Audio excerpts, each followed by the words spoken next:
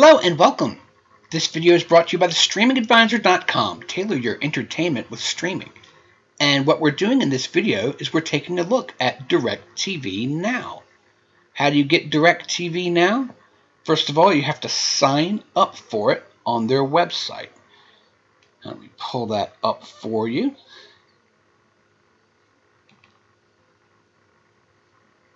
You're just going to go on into DirectTVNow.com. Do a little airplay there, and you'll see that you just enter an email and a password. Real simple. And next screens, you just give your basic information. It's like anything else. And you have to give your credit card. So basically, I'm just going to show you. See the website up there, DirectTV Now. That's spelled without a T, and it's not DirectTV, it's DirectTVNow.com. So once you're all signed up on DirectTVNow.com, you can download the app to your Apple TV. That's going to be in the App Store. Right now, which is November 30th when it debuted, it's the big thing. So it's not hard to find it, basically. It's under featured, it's under new apps we love, but let's just say that you're looking for this later on, and it's not one of the top things on there. You find it by using alphabetical order. So you clear it out, and you start from the beginning. D, boom. I mean, apparently this is a very, very well done app. They've made sure that you can't miss it. So as soon as you write DI, it doesn't even pull up Disney first, it pulls up DirectTV Now. You select it, and if you didn't have it already, you download it. Once you do so, you sign in with the email and password that you set up in the first place. And you'll see when it launches, initially, it starts right at the beginning of the alphabet. And I'll explain why in a second. But it launches right into live programming, as opposed to a guide or something like that.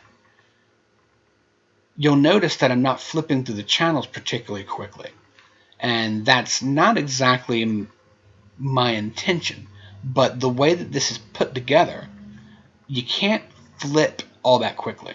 And in fact, you're not flipping. Because if you know Apple TV, you notice it's got a pretty basic remote. It doesn't have an up and down unless it's for volume. It's got the touchpad. And what you do to change the channel on DirectTV Now is you swipe left and right, almost like you're looking at pictures or something like that on your tablet or your phone.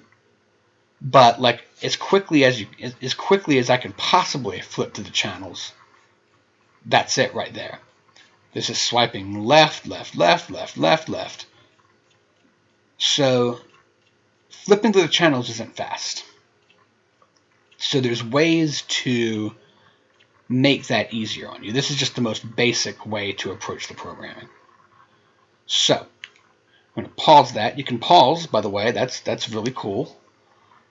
Pause live TV. I know a lot of people like that. And that they do this without even having a DVR, which is interesting. I think a lot of people want a DVR, but that's a different conversation. So since you swipe left and right in order to flip to the channels, obviously there must be some reason for that. And that's that when you swipe down on your remote, you get a menu. And when you swipe up on the remote, you get a menu. And we're going to explore those two menus. So starting from the top, you've got Search, Guide, Watch List, and Settings. Search works pretty much like you would expect. Like, I've been doing just little searches. A super, dog, cat, let's say, tree. You basically put in a category. If you're looking for a specific show, you put in a specific show. If you're looking for the A-Team or something like that. But, I put tree, and it's pulling up everything it can with tree or something along the lines of tree in its description. Say like this is Tree Dazzler. All right. down here they've maybe a bit of a stretch. You've got the Wolf of Wall Street, T-R-E-E-T. You can look at all the movies that have something to do with street. Yeah, Street Ball 2. So, The Miracle on 44th Street, yay. But, see, that just pulls up everything with street in it, whether it's a movie or a TV show. And you might wonder, what's the subscribe here? These features are apparently on channels that we have not subscribed to. One of them is HBO, and that's probably what Sesame Street is. A little about HBO on this channel, or on this service, though. HBO only costs $5 to add. That's pretty impressive. That is pretty impressive. But once you're in the search, we'll go back to Tree, because that's just so exciting. If you want to jump in with Tree Dazzler, you select it, and apparently it's not even on yet. It comes on tomorrow. You really can't watch anything on demand that's like a regular TV show unless it's like already aired or airing. But you can pull up some information about it. See if we can find something that's, let's see, that says that's live. When you've got a live show, you can go to it and watch it. See? You've got your extras, and you've got Watch Now. So we're just going to say Watch Now. It's going to take us to wherever Treehouse Masters is. That's on, let's see.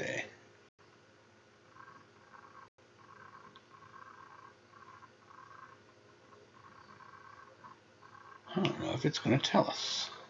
Oh, there we are. Animal Planet.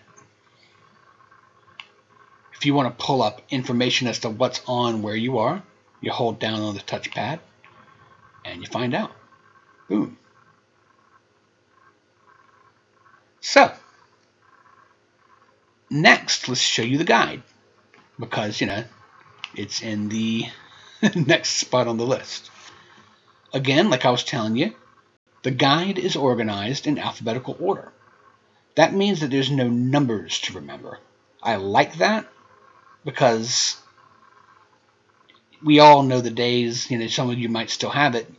You have a cable network that you like. The cable provider switches things up. Now, ESPN isn't 34 anymore, it's 51. Now, Fox isn't 50 anymore, it's 45. It all depends on what's going on, who's paying for what, and how important these guys think a given service is. But you see, it goes in alphabetical order, with Nick appearing before National Geographic and Headline News appearing after Game Show Network, except for one important exception, and that's if a network is part of a family. For instance, Disney. See, this is the Disney XD network. So Disney XD isn't under XD. Neither is Disney Junior, because the important word there is Disney. There's also Discovery Networks.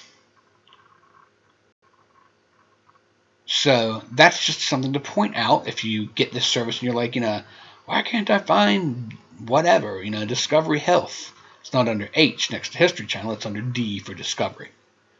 But with 100 channels, you might think, golly, I don't want to have to go through this every single time I want to watch whatever it is. For instance, the Weather Channel. They make it easy to fix that. When you go ahead and look at your guide, you can select channels that you particularly like. Like, let's say you like USA Network. You click on that little heart, and it's going to add it to favorites. We'll add VH1. And let's see, we'll say, how about sci-fi?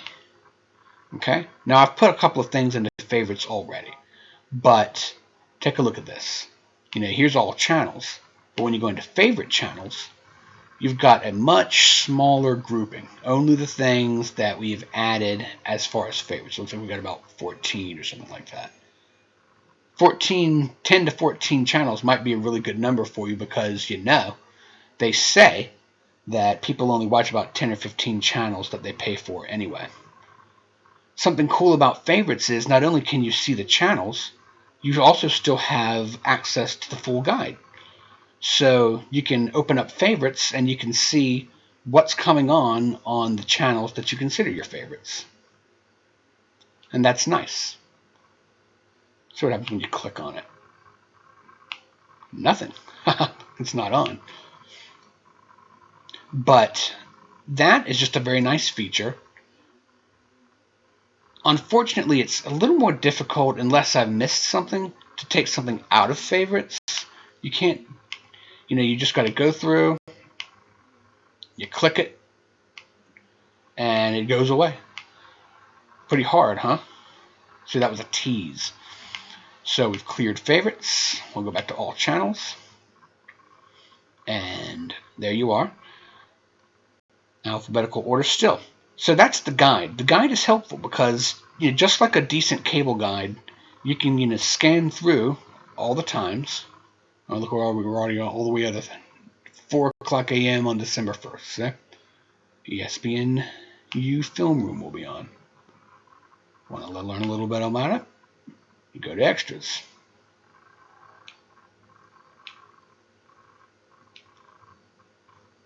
Okay, something else to see is the watch list. Watch list is cool because what you can do with watch list is set up shows that you specifically like.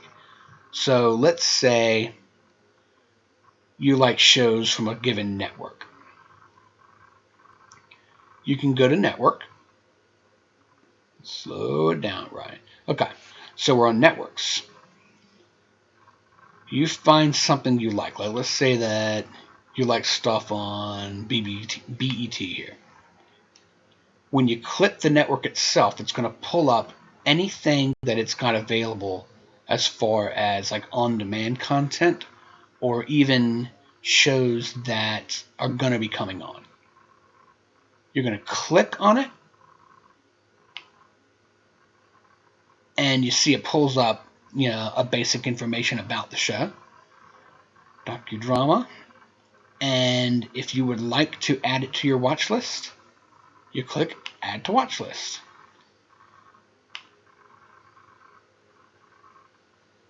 And see, there's a little, extended edition of what the show is. Let's bounce to another network. Let's say BBC America. Let's see if we can add Doctor Who. Not right now. Of course, it isn't actually out. So we'll say, why not? In the Flesh. All right. By the way, just to back out of anything, you just tap menu again. Pretty simple. And so now we'll back out of that. Click menu, and again, we'll start from the top. Go to watch lists, and see there's what we added. We added Guardians of the Galaxy in black and white earlier too, just trying it out. These are all things that I put on my watch list. So you can find it. Apparently this hasn't been out very long, this Hunting Hitler. But that's nice. I mean, this is perfect. This is for anybody who has their shows. If you want to put Walking Dead and Westworld and various things on a watch list, then again, you come home, tap watch list, there you are. You've got everything you want. You come home, you don't, nothing new on your watch list, but you want to just watch your favorites. Go to guide, select favorite channels. Like I said, right now there's nothing on there really. Favorite channels. Oh, there it is. Access TV. Boom. Now I can watch this. What's coming on later? That. This is all very helpful. Makes gives you a chance to really select what you watch. Now, if you're wondering, the service that I'm signed up for right here is the temporary $35 offer that allows you to get 100 plus channels for $35. And that's a really substantial lineup. In fact, it includes almost everything these guys offer. This is the channels that are not offered on that. Now, Stars Encore, that's actually like a bunch of channels. In fact, let me see if I can find them for you. clicking on it really doesn't do anything. If you click subscribe, it's not going to do anything.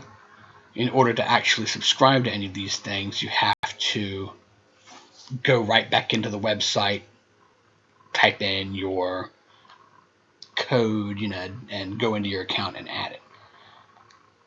But the channels, it's maybe like 14, which includes 5 or 6 Stars Encore channels, Cinemax, of course. Boomerang is that Cartoon Network spinoff. And so the 100 channel lineup is pretty substantial. And really cool thing, if you didn't know, whether it's the preview or not, adding HBO or Cinemax, they only cost $5 a piece to add. And that is the least expensive add-on price for HBO or Cinemax that you're going to find on any service. Everybody else uses a $15 charge. It's basically the same as if you had HBO Now. So, in networks, you can search all of the networks, and you'll notice it pulls up a menu that actually looks a whole lot like the Apple TV menu. It's just black and white instead of colorful. But, it sort of has that same feel. And from here, you can go to your favorite networks and choose something that you might want to get back to later. So let's say you got a favorite show on MTV. And you want to add, we'll say, Daria. It is now added. I think you get the point. Now, in some cases, there are channels that just don't have anything available as far as actual shows to add. I'm not sure which ones are that case, but I definitely ran into some earlier when I was looking around. If that happens, it just means you've clicked on something that doesn't actually... Oh, there's one. RFD TV does not have any shows that you can add to your watch list. That was good timing. Sundance TV. Look, all the movies for your watch list. I like that you can actually add movies and TV shows to your watch list. Almost reminds me of Netflix in a way. Okay, something else cool, speaking of Netflix, is the way that they organize the home menu with shows and movies networks. Under home, you have a couple of subcategories, as well as what's on now. This is maybe an easier way to flip through the channels. You can see all the channels. You even get this nice graphical look at them, give you a real impression. That way, if you're a visual learner here, you're like, oh, that's sports. If you're more of a reader, you can look down and see the listing. But here, what we've done is we've started various programming through trying this out before we made the video. And it gives you the option of picking up where you left off, which is like a minute and a half in on everything. Here's our watch list that we've been putting together throughout the video. And then it gets into other categories. So these are all shows that have come out in this past season, which is, of course, why they're called new shows. Duh. What do you think it means if it's a returning show? I'm not even going to insult your intelligence explaining it. But this is a really nice system here that allows you to see just a couple of things broken down. It isn't totally extensive, but it is broken up into enough categories that you can kind of zero in on some things. But when you get more specifically into shows and movies, it gets pretty interesting. Let me show you that.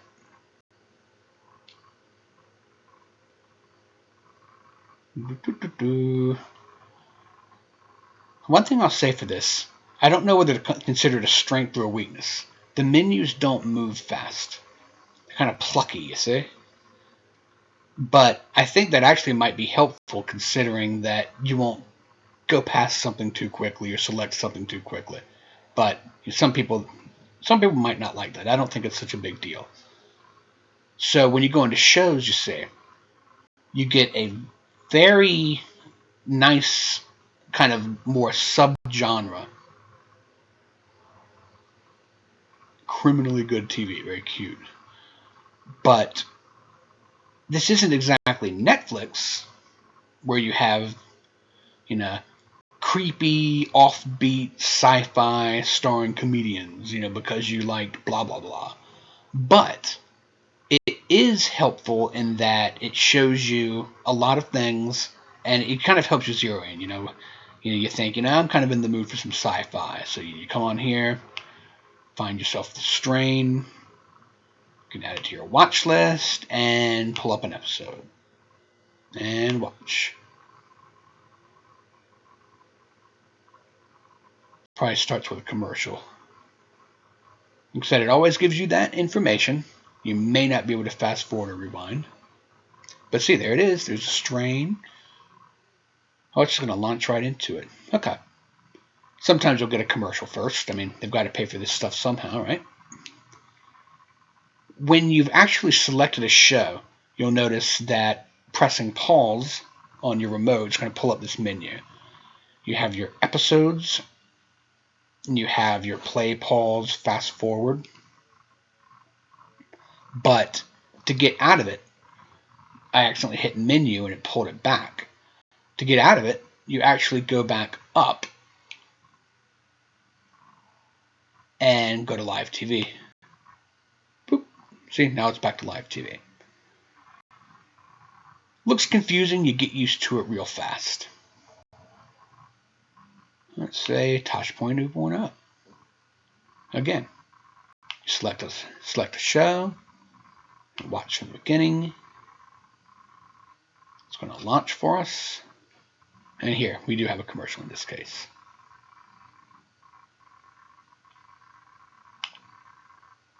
But that is a nice little set. That's a nice little feature. Movies does the same sort of thing. As you know, cable channels have lots of movies. And part of the problem is they're all available, but you have to find them by searching through lots of guides or just being lucky. In this case, just like TV shows, it breaks things up into genres like this and sort of creates simple, fun subcategories that you can go through. And I'll tell you what, you're going to notice a lot of this stuff seems to come from FX. And there's FX Movie Channel. FX has a lot of content. In fact, it's hard to find things that aren't on FX, especially when you're not subscribed to HBO. There's an FX Movie Channel. But this is cool. I mean, it's lots of good movies. The only thing about them is they are commercially supported, so it's not like you're watching something on Netflix or some sort of on-demand service. It's more like watching a show on Hulu. But like I said before, these guys have to pay for this somehow. People should stop getting so upset about commercials. So that is a cool little setup as to how to look for content on this. And you see, when you look into it this way, you get the idea of just how much content there really is to see. So that is a little about what DirectTV Now looks like. I think that that's a really good program. And right now with that $35 setup, that is pretty substantial. I mean, all these channels for $35, HBO for $5 more. That's $40 for over 100 channels, including HBO. You just have to sign up before their promotional period goes out. Other important information, you will need to, if you decide that you don't want DirectTV Now, you have to go to their website, go in, and you have to cancel it. You have to cancel it before your sign-up day repeats. Like in the case of the 7-day period, you got to sign up, you got to cancel before the 8th day, otherwise you've signed up for a month. And it actually says in their terms that they're not going to give you money back if you say, accidentally forget, you watch 2 days in. You say, hey, well, I've only watched 2 out of 31 days. You're still going to owe them $35. So just so you know. It's a nice service, but they're going to make their money if you don't pay attention.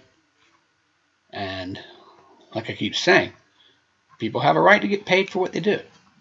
Just know your rights, know what you need to know. But that is DirectTV Now. I hope you found that helpful. I hope you found it informative. That's our mission. Please subscribe to our channel if you thought that this was a good video. Share it if you can. I want to help everybody understand what they're getting into, what they can get. But I can tell you right now, give this a look. It's available right now on Amazon devices, on Apple TV. It's on iOS and Android, not on Roku yet. So, at the moment, this is what you get. I'm Ryan Downey, the streaming advisor. Stream on, my friends.